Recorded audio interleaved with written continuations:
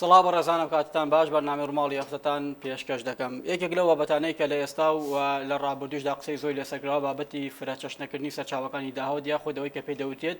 هەمە جۆرکردنی سەرچاوەکانی داهات بێگومان ئێستا حکوومەت و شارەزانی ئابووری تەنها هاوڵاتیان گەشتن بۆ قەناعەتەی کە چیتر نابێ حکوومەتی هەرێمی کوردستان تەنها پشت بە یەک سەرچاوی داهاتی وەکو نەوت بەستێ ئێمە دەزانین لەگەڵ هەر دابەزینێکی نرخی نەوتدا ڕاستەوخۆ داهاتی حکوومەت کەم دەکات بە تایبەتی لە قەیرانی دارایی ئەم بابەتە بەڕوونی دەرکەوت پرسیارەکە ئەوەیە ئەو ڕێکارانە کامانەیە کە حکوومەتی هێرم دەتوانێت بیکات بە بنەمایەک بۆ زیادکردنی داهاتەکانی کۆمپانیاکان کەرتی تایبەت ئەمان چۆن دەتوانن هاوکاری حکوومەت چون لە تەواوی دنیادا ئەرکی کۆمپانیا تایبەتەکان کەم نییە بۆ گەشەپێدانی لایەنی ئابووری و ژەرخانی ئابووری لە هەر وڵاتێکدا من هەموو ئەمانە دەکەمە تەورێک بۆ گفتوگوگرتن لەگەڵ میوانەکەم بەڕێز تەرزە محەممەد كادری پێشکەوتی پارتی دیموكراتی كوردستان تەرزە خانمە خێر بێت. زۆر سپاس کاکە سەلام. من ناچمەوە سەر ڕابردوو ئەوەی کە لە ڕابردوو دەربارەی کەرتی ئابووری لەم وڵاتەدا باس کراوە بە هەموو پیوەرەکان لەگەڵ هەموو ئەو گرفتانەی کە هەبووە ئێستا دەرچەیەک ئاسۆیەکی ڕوون هەیە کە فعلەن ئەم کابینەیە کە بەرنامەیەکی تۆقمی هەیە بۆ برەودان بە کەرتی پیشەسازی و کشت و کاڵ تۆ گەنجێک چی دەبینیت یعنی ئاسۆکان ڕوونن بۆ ئەوەی کە نەوەی داهاتومان بێخەم بێت لەوەی کە خاوەنی ئابوورێکی سەربەخۆبی. زۆر سپاس دووبارە بۆ بانگێشتکردنت کاک ئەرسەلان من وەکو گەنجێک ئاسۆیەکی ڕۆن دەبینم لەوەی کە ئەم کابینەی حکوومەتی هەرێمی کوردستان کە درێژە پێدەری کابینەکانی ڕابردووە لە هەرێمی کوردستان سەرباخری ئەوەی کە قەیرانێکی زۆر لە هەرێمی کوردستان بەهۆی ئەو با بڵێن شەڕی داعش و ڤایرۆسی کۆرۆنا کە لە هەرێمی کوردستان و جیهان پێوەی سەرقاڵە بەڵێ زۆر گەشتبینم لەبەر ئەوەی کە سەرەتای دەستپێکی ئەم کابینەوە کارنامەی حکوومەتی هەرێمی کوردستان لە کابینەی نوێمی حکوومەتدا یەکێک لە خاڵە هەرە گرنگەکانی ئەوەیە کە بڵێ دەبرێت فرەچەشنکردنی سەرمایی بڵێن ئابووری هەرێمی کوردستان لە هەموو ڕوانگەکان و لە هەموو سێکتەرەکان کاری لەسەر دەکات حکوومەت وەکو بینی مالماوەک پێش ئێستا سەرۆکی حکوومەتی هەرێمی کوردستان لە پارێزگای دهۆک بەردی بناغی با بڵێن پیشەسازی داناوە لە هەمان کاتدا لە پارێزگای هەولێر سەرچاوی وزەکە یەکێکە لە هەرە سەرچاوە گرنگەکان لە پاڵ با بڵێن نەوت و سەرچاوەکانی تردا گەشتبینم بەوەی کە ئاسۆی ئەگەر بەم ڕێکارە بەوە ئاسۆی داهاتووی نەوەکانی هەرێمی کوردستان بەرەو ئاسۆیەکی گەشتر دەڕات چونکە ئەلەم کابینەیە دەستخراوەتە سەر ئەوەی کە ئێمە پێویستە بەدەر لە نەوت وەک سەرچاوەیەکی وزە کار بۆ ئەوە بکەین کەرتی کشت و کاڵەوە پیشەسازی و تەندروستی و لایەنەکانی تر و سێکتەرەکانی تر گرنگی پێ بدەین. باشە تەرزەخە من لە دواوەڵامی ڕوونکردنەوەکانی تۆ دەیکەم بە پرسیار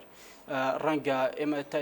تەنهایان ئێستا فۆکسەکە لەسەر بابەتی کشت و کاڵ و پیشەسازیە ئێمە لە تەواوی دنیا دەبینین وەزارەتی گۆ خوێندنی باڵا و بە نمونە وەربگرین ڕەنگە یەکێک بێ لە وەزارەتانەی کە زۆرترین دەخلی ناوخۆی بۆ حکوومەت بەرهەم دەهێنێت ئێمە چۆن وا بکەین کە ئەم تەنها ئەمیشە تەبعاً تەنها ئیشی حکوومەت نییە چۆن وا بکەین کە تەواوی سێکتەرەکان دامەزراوەکانی دەوڵەت یعنی بێنە ئەم پرۆسەیەوە بۆی کە وەزارەتەکانی دیکەش هاوشانی حکوومەت ڕۆیان لە زیاتنی بەرهەمی ناوخۆیدا هەبێت و ئەمە دەبینی ینی ئەمە چۆن دەکرێت ئێمە ناکرێوەکە هەوڵاتانی هەرێمی کوردستان هەموو ئەرکەکە بخەینە سەر حکوومەتی هەرێمی کوردستان پێویستە ئێمە لەگەڵ حکوومەت هاوکار بینوە کۆمپانیەکان و کەرتی تایبەت لە هەرێمی کوردستان پێکەوە بەرنامەدا ڕێژیەک بکەن بۆی کە بتوانین هەرێمی کوردستان لەم قەیرانە بەدەر بکەین و بە تایبەت وەزارەتی پەروەردە وەزارەتی خوێندنی باڵا وەزارەتی تەندروستی و هەموو وەزارەتەکانی تر وەزارەتی کشت و کاڵ و پیشەسازی ڕۆڵی سەرەکیان هەبێت لە بەرەو پێشکردنی وڵاتە وەزارەتی باسی وەزارەتی خوێندنی باڵات کرد گەشتبینمەوەی کە زۆر دڵخۆشم لەبەرەوەی کە پار وەزارەتی خوێندنی باڵا هەنگاوێکی نابەوەی کە قوتابیان و ئەو قوتابیانەی کە خوێندنی ماستەر و دکتۆرایان هەیەەوە دەیانەوێ بخوێنن لە ناوخۆی هەرێمی کوردستان ئەو پارەیە سەرف بکەن بۆ خوێندن و بڕوان نامە بەدەستهێنانەوەکو بۆ نمونە لە تورکیا و لە قۆبرس و لە وڵاتانی تری دراوسێمان چووکاوکم ئەگە سەیری ئابووری وڵاتانی ئەو وڵاتانە بکەین ئەوانیشکار لەسەر سێکتەرەکانی تریان دەکەن پێویستە ئێمە وەک حکوومەتی هەرێمی کوردستان کار لەسەر هەموو سێکتەرەکان باشە لەگەڵ ئەمەشدا بۆ نمونە داخستنی هەندێک بەش و کۆلیژکە وەکو پێویستی کۆمەڵگە نەماوەتەوە یاخود خواستی بازار ئێمە تێر ناکات لە بەرامبەرداکردنەوەی هەندێک بەش و کۆلیش دیکە بە تایبەتی ئەوانەی کە لە بواری نەوت و ئەندازیاریدا پسپۆڕن بە تایبەتی گەشتیاری ئەمانە نەبووە بە ئەمری واقع لە ئێستادا بەڵێ بۆ پێویستە ئێمە لە هەرێمی کوردستان زۆربەی ئەو بەشانەی کە قوتابی تێدا تەخەڕوجکرە بوو نمونە کشت و کاڵە گەشت و گوزارێک چەندین کەرتی ترمان هەیە نەوتە یاری دەدەری نەوتەکانی ئەمانەیە بۆ حکومەتی هەرێمی کوردستاندا زۆر کارمان لەسەریان نەکردووە گرنگیمان پێ نەداوە پێویستە لەم کابینەیە گرنگیەکی ئۆتۆ پێ بدرەوە لەلایەن رێکخراوەکانی کۆمەڵگەی مەدەنی وەلایەن کۆمپانیەکاندا کاری بۆ بکرێ بۆ بەرەو پێشبردننی ئەم کردانە ئێمە لە هەرێمی کوردستاندا بۆ حکومەی ئاوهەوا و شوێنەوارێکی زۆرمان هەیە ئاوهەوای هەرێمی کوردستان ئاوهەوایەکی فێنکو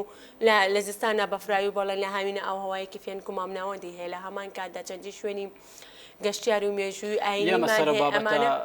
یەکێکە لە تەوەرە سەرەکانی گفتووەکەم بەگەڵ بەڕێزت بەڵام پێشەوە بۆ نمونە توانای گەنج و سەرمایی بەشەری مرۆیی ئێمە بۆ بابەتی گەشەبێدانی ژێرخانی ئابووری ئێمە چۆنە یعنی وەکو گەنجێک تۆ پێ دوای ئەمە کەسانی شارەزای ئەوەندەمان هەبێت کە حکومەتە ئێستا نەیتوانی سوودی لێوە بگیرێت ینی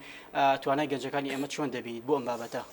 لە هەموو شوێنێک ئەگەر توانای گەنج با بڵێن سەرمایەیەکی مرۆیە بۆ بەدەستخستنی بەرهەمی وڵاتە ئێمە ئەکرێ ئەگەر ئەو گەنجانەی کە هەر کەسێک لەو بەشەی کە خۆی دەرچووە پسپۆرێکی تایبەتی هەیە کەمێک زانیاری هەیە بەڵام پێویستە تاک زیاتر گرنگی بە پێگەیاندن و پێگەی خۆی بدا لەو بوارێکە هەیەی ناکرێ ئێمە هەموو شتێک وا بکەین کە بە حەزری بێتە سەر بەردەست بۆیە پێویستە لەسەر تاکەکان و لەو بوارانێک کە گرنگن لە کۆمەلگادا و لە هەمان کاتە پێویستە بە بەرنامە یاخۆت کار بۆ ئەوە بکەین کە چەندین خولی تایبەت و ڕاهێنانی گرنگ بکەینەوە لەو بوارانە بۆی زیاتر ئەو تاکانێک کە لەو بوارانە دەرچوون پێویستمان پێێت و گرنگیان پێ بدەین لەو شوێنانێک کە دەمانەوەی کاریان پێ بکەین پێیان بگەین دەبێت کی ئەمە بۆ نە خۆزر داریانی قسەت دەکرێت یعنی ئێمە خەلەلەکان دەستنیشان دەکەین بەڵام لە خەلەلەکان گرنگتر چارەسەرە ینی دەبێت کێ ئەم چارەسەرە بێکێ دەبێت ئەم دامەزراوەیە ئەم وزە زۆرە گەنجەی ئێمە کە هەیەی لە کۆمەڵگادا بیخاتە گەڕ دەبێت لایەنەکە بێخۆ لایەنی حکوومەتەوە لایەنی پەرلەمان و لایەنی با بڵێن کەرتی تایبەت و کۆمپانیەکان کە ئەمانە پێکەوە دەبێت هەمویان پێکەوە سێکتەرەکانی تریش پێکار بکەن بۆی بتوانین گەنجەکانی خۆمان و سەرمایەکی مرۆیی باشمان هەیە لە هەرێمی کوردستان و توانایەکی باشیان هەیە گەنجەکانمان بیخەینەگەر بۆی بتوانین داهاتووی هەرێمی کوردستان لەسەر پێگەی ئەو گەنجانە لەبەر ئەوەی ئێمە بە ئەومان بیر نەچێت لە هەرێمی کوردستان کۆمەڵی گەنجی باشەیە کە ڕەنگە لە ڕابردوو کۆچیان کرد بێ لەبەرەوەی کە هەلی کاریان بۆ نەرخساوە پێویستە ئێمە وەلتاکیش لە سەرێتی خۆی پێ بگەێنێت و بگاتەوە ئاستێک کە بەڵێ پێێتی دەتوانێت پرۆژەیە بەڕێوە ببات نەوەکو تاکێکی تەمەڵ و سز بێت و نەتوانێت هیچ کارێک لای تاکی کوردی دروست بووە چون بسۆجار ینی ئەمەش دەوتێ و بلێ ئاڕاستی گەنجەکان دەکرێت کە گەنجی ڕەنگە وەکو خۆی لەو چوارچەوەی کۆکو ئەرکی سەرشانێتی ینی بەتوانەوە ڕۆڵی خۆی هەڵنەسێ لە کۆمەلگادا ینی گەنجی ئەمە ئەم تموحیلا دروست بووە کە دەبێت فعلەن ببێ بە سەرچاوەیەکی کەرەسێکی خاو بۆ بنیادنانی وڵات و کۆمەڵگەکەی بەداخەوە نەخە لە هەموو وڵاتێک ژێرخانێکی سەرمایی مرۆیی کار دەکا بۆی کە وڵاتەکەی بەرەو پێش بەرە بەڵام پێچەوانە لە هەرێمی کوردستان ڕێژەیەکی کەممان هەیە ئەو تاکانێک کە دەیانێت لەسەر پێگەی خۆیان کار بکەن و لەسەر پێگەی خۆیان بۆسنەوە لەو بوارێک کە دەیانەوێ یاخود لەو بوارێک کە دەرچوون دەوێت کاری تێدا بکات ئەمە چۆن چاک دەکرێتەوە ئەگەر خەلە لە گرفتێک لەم بابەتەدا هەبێت ینی ئەرکی کێ بەمە هەستێت ئەرکی پەروەردەکردن یەکەم جار وە پەروەردەکردنی خێزانەوە پەروەردەکردنی وەزارەتی پەروەردەوە گەڕانەوەی هەستی نەتەوایەتی بۆ تاکەکانمان خۆشویستنی وڵات و نیشتیمانەوە و پێگەیاندنی ئەو تاکانێک کە ڕەشبینن بۆ داهاتوو چووکاوەکم بابیرمان نەچێت کاک ئەرسەلان ئێمە هەرێک لە ئێمە ئەوەمان هەیە کە بای ئەوەندە خزم و کەس و کار لە دەرەوە وڵاتەوە دەزانین چۆن کار دەکەنەوە کارەکانی ئەوان چۆنە ئەگەر بێت و ئەم گەنجانە لە هەرێمی کوردستان بە نیوەی ئەوە کار بکەن هەرێمی کوردستان بەرەو ئەقارێکی تر و بەرەو ڕۆشنبیریەکی تر ئەڕوات باشە من دەگەڕێمەوە سەر ڕێگاکانی زیادکردنی داهاتی ناخۆیی دەبێت حکوومەت کە ئیشی سەرەکی ئەوە پلی یەک دەبێت حکوومەت چی بکە ینی ئەو ڕێگایانە کامەیە کە حکوومەت دەبێت لەمەودا دەستی بۆ بەرێت دەبێت لەم سێکتەرانەدا ینی بەرەمێنان بکات بۆ ئەوەی هەم گەنجەکە بخاتەوە سەرکار و هەم داهاتی ئابووری هەرێمیش یەکسەر چاوە نەبێت ئەمە نابێ ئەومان بیرچێ نەوە یەکێکە لە سەرچاوە هەرە گرنگەکان کە سیویەک وڵات لە کەبار بە ئۆپیکەوە بە ڕێکخراوەکانی ئۆپیکەوە کار دەکەن بۆ بەرهەمێنانی سەرچاوی وزە و نەوت یەکێ لە هەرە سەرکارە سەرکیەکانی حکوومەتی هەرێمی کوردستان سەرچاوەیەکی گرنگی داهاتی هەرێمی کوردستان نەوتە بەدەر لەوە کەرتی پیشەسازی کوشت و کاڵ و گەشت و گوزارمان هەیە و لە هەمان کاتا وەزارەتی خوێندنەوە و وەزارەتی پەروەردە و تەندروستیش کە دەتوانن کاری لەسەر بکەن بتوانن ببێتە سێکتەرێک بۆ داهاتی ناخۆ سەرەڕای ئەمانە لە هەموو وڵاتانی جیهاندا تاکس زۆرە کە پێی دەڵێن زەریبەمان نییە ئێمە لە هەرێمی کوردستان بۆیە دەکرێت حکوومەتی هەرێمی کوردستان کار بکە بۆ بەدەستهێنانی زەریبە و تاکس لێرەدا دەکرێت بەرنامەداڕێژی بۆ وەرگرتنی تاکس بکەیت ئێمە وڵات زۆربەی ئەو وڵاتانەی کە هەیە و بۆ نمونە سەرچاوی نەوتیان نیە یاخود داهاتی تریان نیە زیاتر کار لەسەر ئەوە دەکەن زەریبە بەدەست دەهێنن بۆی بتوانن ئابووری وڵاتی ژێرخانی ئابووریان بەشێکشی بابەتەکە پەیوەندی بۆنی خۆڕەنگە ئێستا بە تایبەتی ماوەی چەند ڕۆژی ڕابردوو حکوومەت یعنی بە فعلی و ڕاگەن کە قەرزێکی زۆری لای کۆمپانیەکانە بە پێدانی ئەو باجانەی کە نەیانداوە یعنی بۆ نمونە ینی باج هەیە باش سەپێنراوە بەڵام پێدوانی لایەنە یاسایەکە خەلەلی تێدا بێت بۆ ئەوەی کە کۆمپانیایەک یعنی ناچار نەبێت بۆ ئەوەی کە لە کاتی خۆیدا ئەو قەرزەیان ئەو سوودەی کە ئەو تەکسێکە لەسەرێتی بگەڕێنێتەوە بۆ حکوومەت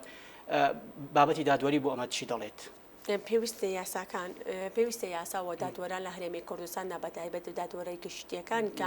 کار لەسەر ئەوە بکەن داهاتوی هەرێمی کوردستان و ئەو قەرزانی کە لایەن کۆمپانیەکانە هەیە بیگەڕێنەوە چونکە وەکو ژێرخانی ئابووری هەرێمی کوردستان ژێرخانێکی ئابووری ڕووخاوەوە پێویستمان بە داهاتێکی زۆر هەیە بۆی بتوانین هەرێمی کوردستان لەسەر پێگەی ئەو داهاتە هەمە فرەچەشن و هەمە لایەنانە بتوانین ژێرخانێکی ئابووری بەهێزدا بڵێن بۆ نەوەکانی داهاتوو باشە لە وەڵامەکانی پێشتردا باسی نەوتت کرد وەکو کارسێکی گرنگ ئەو سیاسەتەی کە لە ماوەی ڕابردوودا ینی ئیدارەی نەوتی پێدراوە سیاسەتێکی سەرکەوتوو بۆ بۆچی هەندێک جار ینی بۆ نمونە گلەیی دەکرێت کە سیاسەتێکی شەفاف لەگەڵ نەوتە ینی پەیڕەو نەکراوە بۆچی نەوت ینی نەماتوانانی بیکەن بە کەرەسەیەکی گرنگ بۆ پێشخستنی ئابووری هەرێمی کوردستاندا ینی خەلەکان بە دیاریکراوی چی بوو؟ کاک ئەرسەلان ئێمە ناکرێ بڵێن نەوت لە هەرێمی کوردستاندا ڕۆڵەسەرێکی نەبوو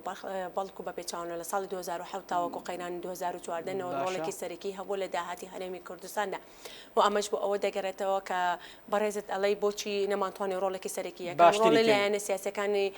هەرێمی کوردستان کە هەریەکەیان پێگەیەکی سیاسی هەیە بچماوەرێکی دیاریکراویان هەیە چاک و خراپی ئەو لایەنانە بۆ خۆیان دەگەڕێنەوە لە هەمان کاتە ڕۆڵە ڕاگەیاندنەکان کە ڕۆڵێکی ئەو تویان نەبینیەوە ڕۆڵێکی سەرەکیان نەبینەوە لەوەی کە وەکو خۆی ڕاستەوە خۆشتەکان بگوازنەوە ناو جەماوەر و هاوڵاتیان لیان تێبگاوە لە هەمان کاتدا پەرلەمانی کوردستان و یاسا وەکو ڕەنگە وەکو پێویست نەیانتوانی بێت ئەو داهاتەی کە شەفافە لە هەرێمی کوردستانی ئەو داهاتی نەوتەی کە هەیە لە هەرێمی کوردستان و ئەو بەرنامەداڕێژەی کە بەڵێن نامانی کە لە نێوان وڵاتاندا کراوە لە نێوان فرۆشتنی نەوت و دەرهێنانی نەوت بۆ داهاتی هەرێمی کوردستان وەکو خۆی نەگەیشتووە یاخود بە شێوازێکی تر نەمانتوانیوە ڕاستەوخۆ ئەوەی ڕوون و ئاشکرایە بۆ هاوڵاتیانی هەرێمی کوردستان ئاشکرا ئەوەندەی ئاگادار بێم کابینەیە سیاسەتێکی ئابووری ینی بتەوی داڕشتۆ بۆ نەخشەکەشانی دووبارە سیاسەتی ئابووری لە هەرێمی کوردستاندا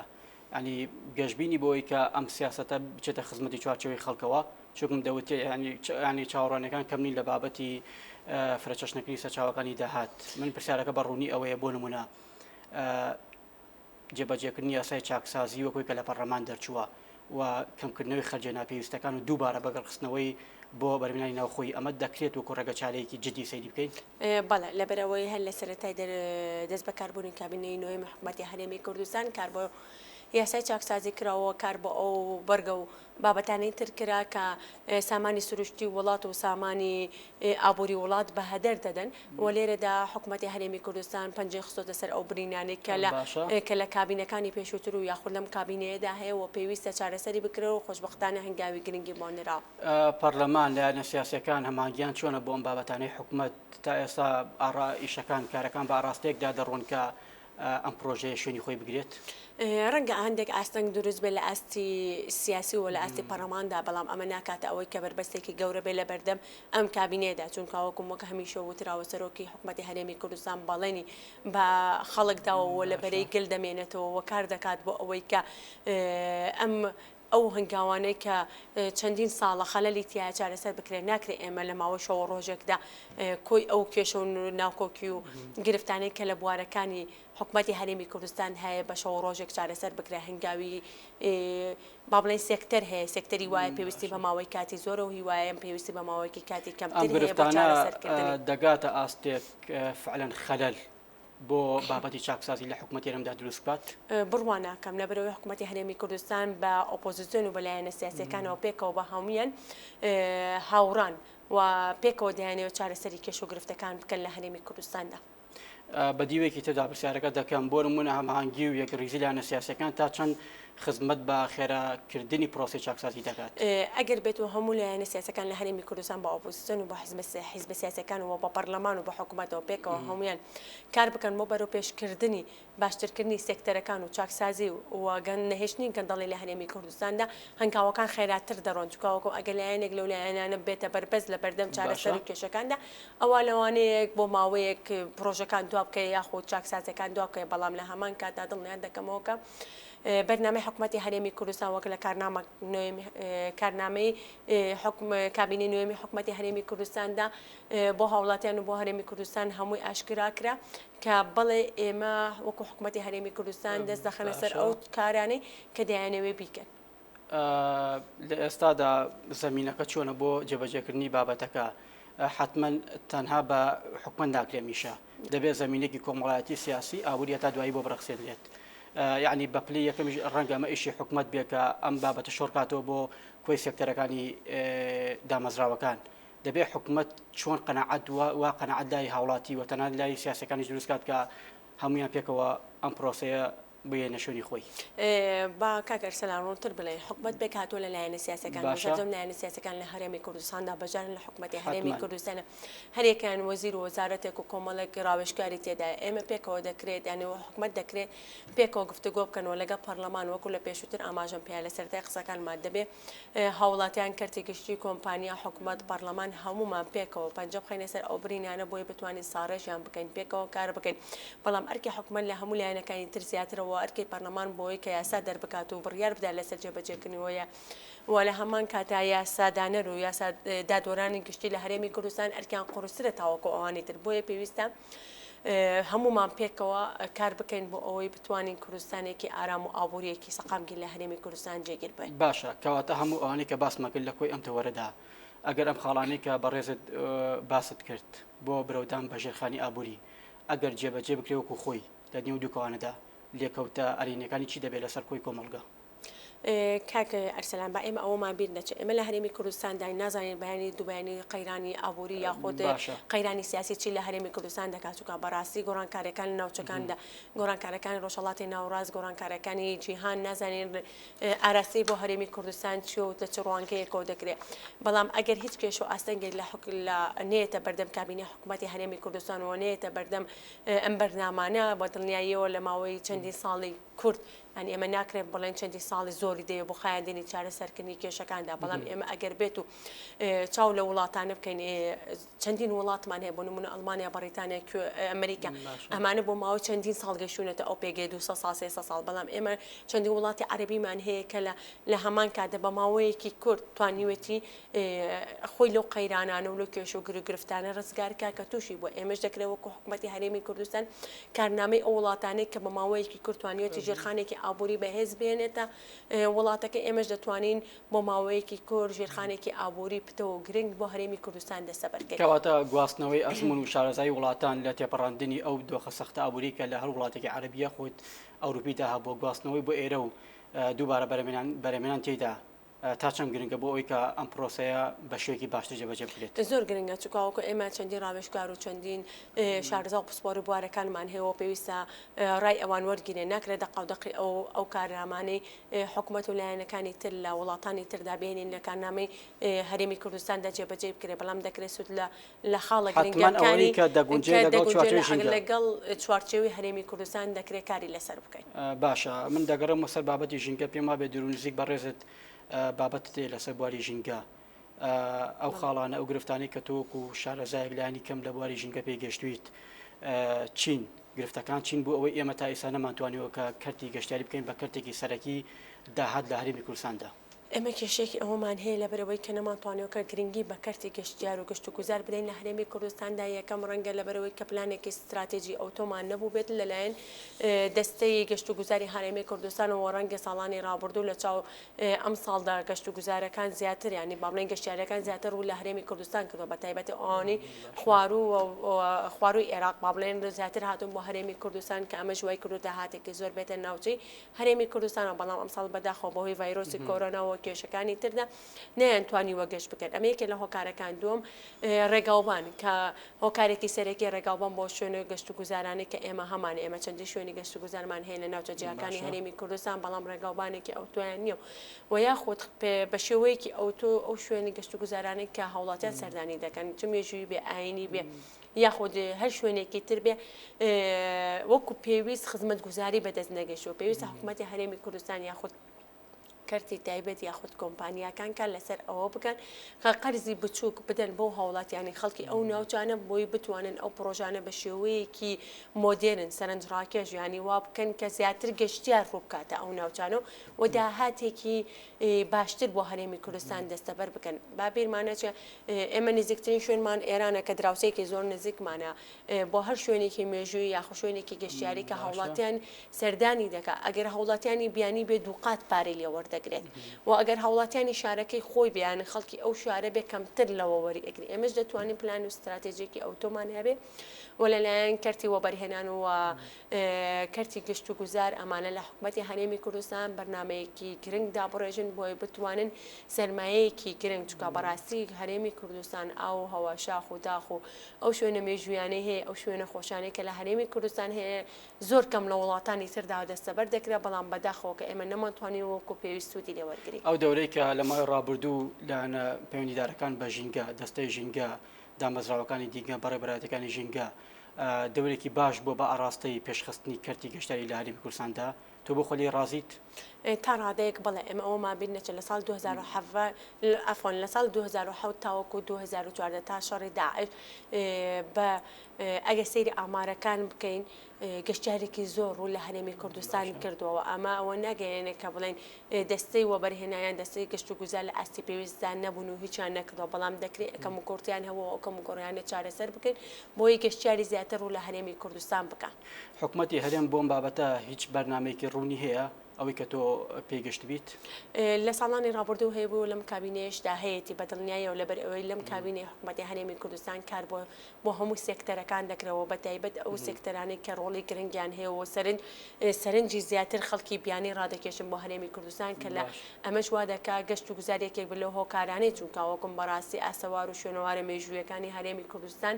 وای کردووە کە خەڵکێکی زۆر یان خۆت ئاو هەوای هەرێمی کوردستان وای کردووە خەڵکێکی زۆر ڕوو لەو ناوچانە بکات. هەر وەک دەوترێت ئاوریناسێک ئاماژە بۆ دەکات ئەڵێ ژینگە تەنها ئەوە نییە کە ئێمە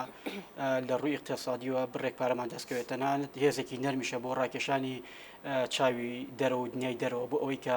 لە ڕووی سیاسی فەرهەنگی ئابووری کللتوری ئەمە ئاشنا بن بۆ وڵاتانە ینی ئەمەش بۆ خۆی لایەنێکی دیکەی بابەتی گەشتیاریە بەدەر لە معنی دەمەوێت پرسیاری ئەوەش کەم کە کردنەوەی ئەو بەش و کۆلێژانەی کە تایبەتن بە بواری ژینگە و پێگەاندنی کادری لێهاتوو لەم بوارەدا تا چەند گرنگە بۆ برەودان بە کەرتی گەشتەری چونکە ئەو ڕخنانەی کە لە ماوەی ڕابردوو بە ئێستاشەوە ینی دەوترێت نەبوونی کادری ژینگەی لە شوێنە گەشتیارەکان بۆ خۆی ڕەنگە وەکارێکی سەرەکی بێت بۆ ئەوەی کە ئێمە ناتوانیوە سوود لە لایەنی جیۆلۆجی و خاک و ئاو هەوای ناوچە گەشتیارەکان وەربگرین. لەبەر ئێمە ماوەیەکی کەم با بڵێن پەیمانگەی گەشت و گوزارمان هەبوو لە هەرێمی کوردستان و ئەو قوتابیانێک کە دەرچووی ئەم بەشانن وەکو پێویست لە بوارەکانی خۆیاندا کاریان نەکردووە ڕەنگە ئەمە هۆکار بێ بۆی کە ئێمە نەمانتوانیوە گرنگی بە کەرتی گەشت و گوزار بنین لە هەمان کاتدا ئێمە ئەو گەشتیارانە کە ڕوو لە هەرێمی کوردستان دەکەن وەکو بەڕێزت ئاماژێت پێدا هێزێکی نەرمە بۆ ناساندنی کەلتور زمان دابوونەریتی کوردەواری و پێشەنگبوونی ئاستی هەرێمی کوردستان لە ڕووی گەشتیاری و لە ڕووی پێشوازیکردن لە ڕووی پرۆتۆکۆلەوە پێویستە کار لەسەر ئەوە بکەین کە ئێمە بتوانین لە ڕووی گەشتیاریەوە ئەو هێزە نەرمە بەکاربێنین بۆ داهاتوو هەرێمی کوردستان. باشە لایەنی کشتتوکاڵیش حتمما دیوێکی دیکەی بابەتی ژێرخانی ئابووریە بۆ لایەنی کشتتوکاڵ ئێستا پێم وا بێت بۆردێکی باڵا لە وەزارەتی کشتتوکاڵ حکوومەت پێک هاتووە بۆ برەودان بەم کەرتە ئەم کەرتە چۆن دەتوانێت هەماهەنگ بێت لەگەڵ کارتەکانی دیکە بۆ دەستخستنی داهاتێکی باش بۆ هەرێمی کوردستان. بەدەرلەوە ئێمە گەر ئاورێک لە مێژوو بەدەینەوە بۆمان دەردەکەوێت کە لە ساڵانی ڕابردوو کشتتوکال ڕۆڵێکی سەرەکی بۆ لە هەرێمی کوردستان بەڵام بەداخۆ لەماوەی ئەم چەند ساڵیدا ڕابردوو کە لەم ساڵە نزیکانەدا ئێمە تەنانەت هەموو شتەکانمان لە دەرەوەی وڵات بۆیە پێویستە حکوومەتی هەرێمی کوردستان لەسەر ئەو پلانەی کە داینەوە لەگە وەزارەتی کشتتوکالەوە ئەو دەستەوە بەرهێنانە بۆ کشتتوکال کار بکات لەسەر ئەوەی کە ئەو هەوای جیلۆجی خاکی کوردستان گرنگە بۆی کە کشتتوکالەوە بەربێنێت و بەڵام پێویستە